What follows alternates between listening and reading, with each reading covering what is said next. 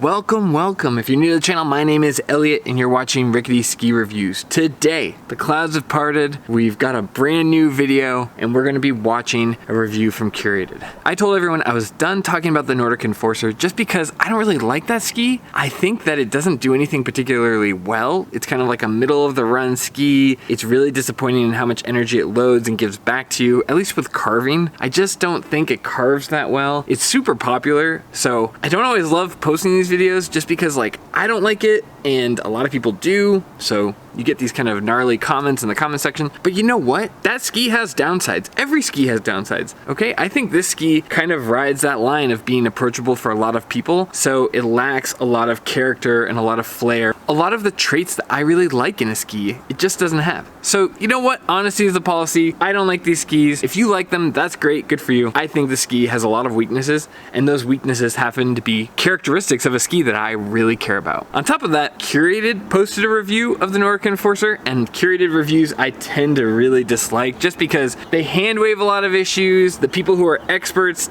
they're really like intermediate skiers at best. Some of them are like really beginner skiers, and then every once in a while they'll sprinkle in somebody who just shreds. So it's all over the place, and I find a lot of their reviews to be pretty disingenuous. But today they've combined. We've got the Nordica Enforcer 100 and a Curated review. I don't know. I gotta come out of retirement. Just when I think I'm out, they pull me back in. The other thing I thought with Nordica Enforcer is I think that this design is a little long in the tooth. It's been out for a super long time, so I think people have a lot of nostalgia for the ski. But in the last 5 years, skis have come such a long way that, I don't know. I really think there's a lot of better skis out there than the Nordica Enforcer. If you like it, like I said, good for you. Wasn't my cup of tea. But let's see what Curated has to say. We're gonna watch this review. I have not watched it, it just came out yesterday. Let's see what we're working with. And here we go.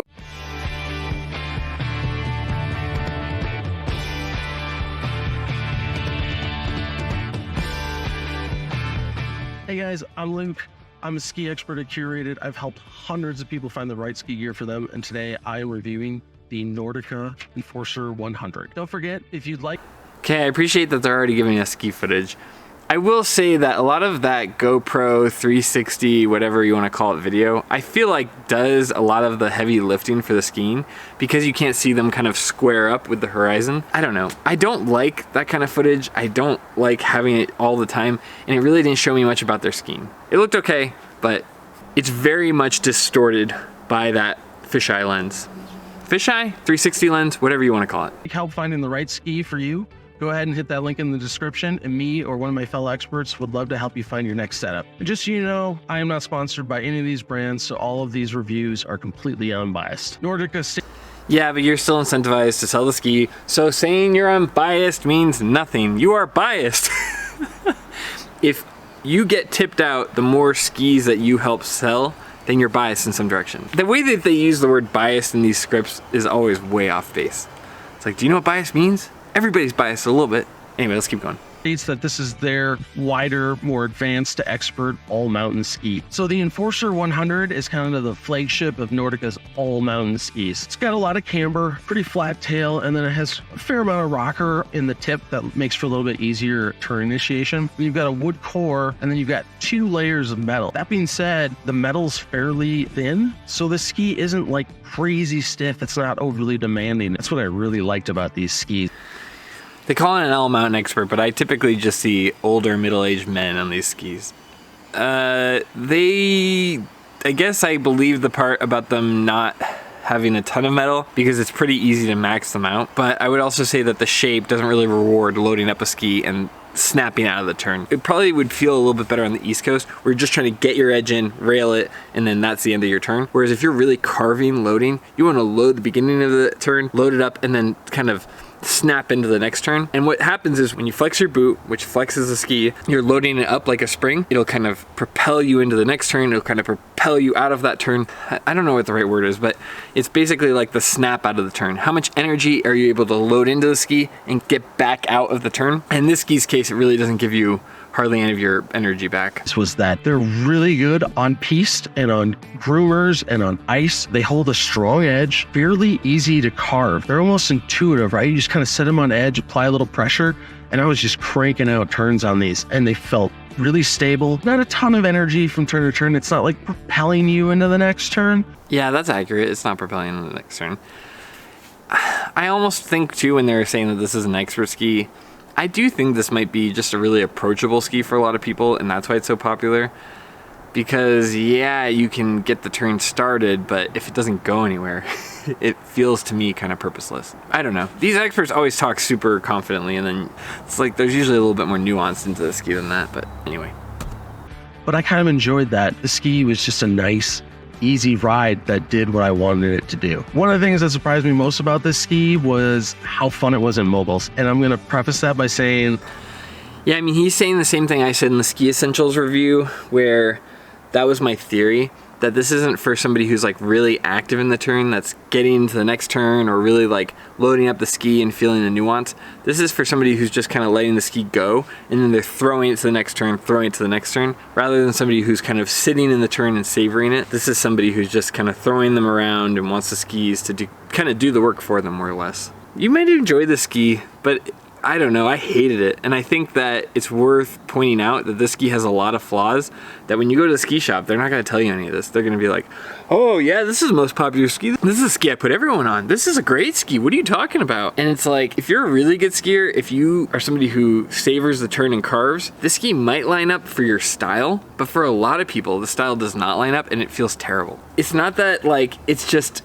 a bad build where the edges are tuned backwards or it's not doing anything well. It's just a very mediocre middle of the line ski that doesn't excel in any trait. And for some people, if you care about certain traits, you're gonna be really disappointed when you kind of get just medium stats on every single ski trait. I don't think this ski is bad for everyone. I think there are a few people with a certain ski style where they like to throw the skis over and just want it to hold rather than want to be active in all three parts of the turn. There is a ski style that fits the ski, but I would say it's actually probably in the minority of people. And a lot of people that are enjoying it are people that either one, have that style, or two, are really intermediate and aren't noticing some of those nuances. For people who are like experts and have that ski style, they absolutely love it. But I think that this ski is actually for like a very select group of experts and a wide swath of intermediates. I am not a mogul skier. I don't really care for moguls, but these were so much fun and so easy on my body and so easy to maneuver that I actually found myself seeking out moguls because I was having such a fun time skiing moguls on them. Are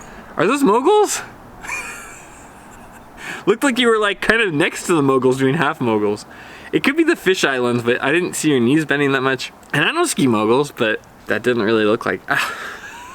I don't know. Maybe I'm crazy, but that didn't really look like moguls. I was really surprised at how good of a time I had on the Enforcer 100. We had a really good powder day here in Utah, and the 100 waist really was versatile. It did do really well in the powder, you know, not perfect amount of float. Obviously, if you want really, really deep snow performance, you go for a 115 millimeter. Ian, you said nothing. You're talking about the width, not even the ski build. Replace what you just said with literally any ski made in that width and it would be correct. Well, the Atomic Bent 100, it was pretty good in the powder, but you know, isn't as good as the 115. Atomic Backland, it was pretty good in the 100, but not as good as the 115. The Solomon QSTs, those were pretty good in the 100, but not, you know, see what I'm saying? It literally fits for any ski. You're saying nothing, Ian. This is why I hate these curated reviews, where they literally have 3 minutes. It's mostly an ad. They probably have like 30 seconds to a minute of just advertising their own brand. And then the rest is just nonsense. You're trying to buy a ski. You're somebody trying to look at the ski. You want to know about it, Ian. Come on. Oh God. Maybe he's a good skier, but so far, all I've heard is nonsense out of his mouth. Your underfoot ski, but for one ski quiver for somewhere that gets good snow, I think it's a great option for a lot of people. It's very directional. The tail's really... One ski quiver in the Nordica Enforcer 100. That sounds like my personal nightmare. And that's just my ski style, okay? I get people like this ski. You guys are very vocal. I see it in all the comments. But let's be honest. If you're loading it up, it doesn't have the second half of the turn. Now, if you don't care about that, fine. But some of us really want to snap in and out of the turn. One ski quiver. This is just like the default ski people sell. I'm losing my mind again. Oh, great. Now I've upset the neighbor's dogs. Let's just keep going. Like you, if you're trying to slash, they want to stay on edge. They want to carve. They're very stable, and that's like... You're not slashing. You're tilting in and letting it go out. Even with the 360 camera, I can tell you're doing that. That is not good downhill skiing. That is not good downhill ski mechanics. That is tipping into your turns. No wonder you don't feel the difference in the Nordic Enforcer.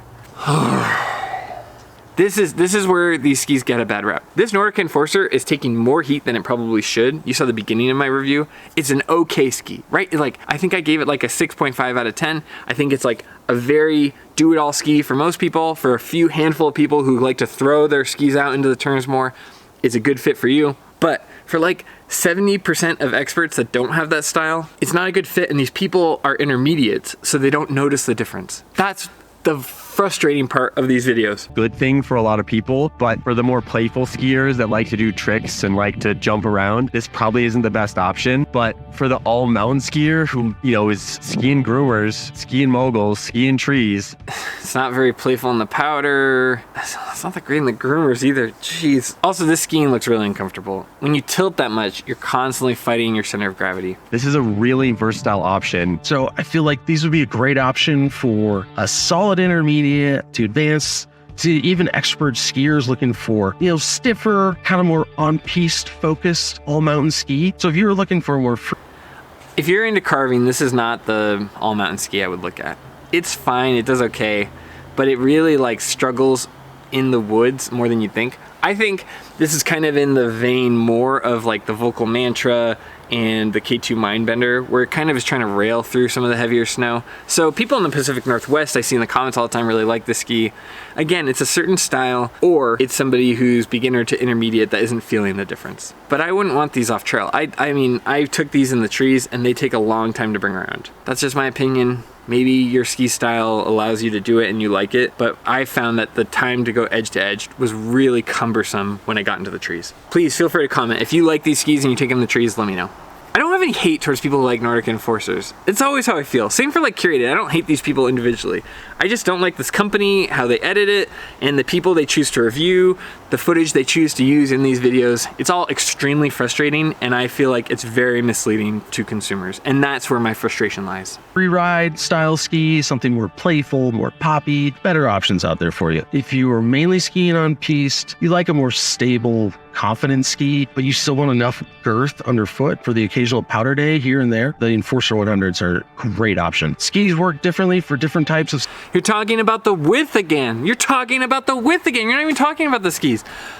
A third of the 3 minutes is just your advertising. Another third is you just talking about what a good width 100 underfoot is and how diverse it is. And I can agree with that, but it has nothing to do with the Nordica Enforcer. You guys talk nothing about the ski's actual identity, how it separates itself, how it feels. This is one of the most frustrating reviews I've seen just because it avoided actually talking about the skis. This ski has real characteristics, it has real downsides, it has upsides for people who do like that style, but you didn't talk about any of that. So what it becomes is just the default for whatever expert you have online throwing it out there. When you like can't get a good grasp on someone, you go, well, I can throw on a Nordica Enforcer, and if they're intermediate or below, they probably won't notice the difference. That is so frustrating, and it's gonna hurt people who are trying to improve, who are trying to like get into tree skiing and powder skiing. This review was just a bunch of baloney. I don't know what I expected. Overall, I give this review like 1.5 thumbs down. I don't know, there was like a little bit in there mixed in. One of the guys was totally full of it. He was tilting into his turns. He didn't say anything about the ski. I don't even care how you ski that much, other than you're being called an expert, but talk about the skis. You can't just be that vague in one of these videos. And the other guy was okay. He's like the one reason there's half a thumb, I don't know. He said some things, but again, he fell into that same train of going and talking about just what a good diverse width 100 millimeters underfoot is. Yeah, we know, but how does it feel on the Nordica Enforcer? I gotta go take a nap or something. So that's my reaction to Curated's Nordica Enforcer 100 for 2024. If you like this content, please consider liking and subscribing. It helps my channel out a lot. But more than anything, I just want to say thank you for watching. I really appreciate it. And as always, I'll see you in the next one. See ya.